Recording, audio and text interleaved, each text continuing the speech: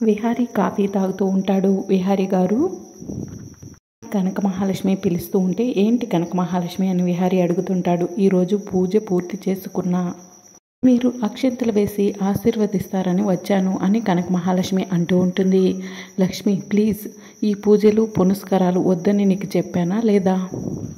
పూజల పేరుతో పస్తులు ఉండి నీ ఆరోగ్యం పాడు చేసుకోవద్దని చెప్పాను కదా అని విహారీ అంటాడు.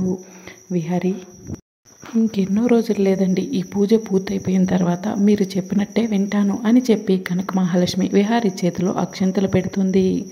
ఇక విహారీ కనక మహాలక్ష్మికి అక్షంతలు వేయబోయే సమయానికి కనక మహాలక్ష్మి కళ్ళు తిరిగి పడిపోతూ ఉంటే విహారీ కనక మహాలక్ష్మిని పట్టుకుంటాడు. కనక మహాలక్ష్మి ఏమైంది అని చెప్పి విహారీ అడుగుతుంటాడు. లక్ష్మి పలకకపోవడంతో లక్ష్మి ఆర్ యు ఓకే అని చెప్పి విహారీ అంటూ ఉంటాడు. ఇక అప్పుడే సహస్ర విహారీ దగ్గరికి వస్తూ ఉంటుంది. కనక మహాలక్ష్మిని విహారీని చూడకూడని పరిస్థితుల్లో సహస్ర చూసి షాక్ అవుతుంది. మరి రాబోయే ఎపిసోడ్లో ఏం జరుగుతుందో తెలుసుకోవాలనుకుంటున్నారా? అయితే ఛానల్ని సబ్స్క్రైబ్ చేసుకోండి.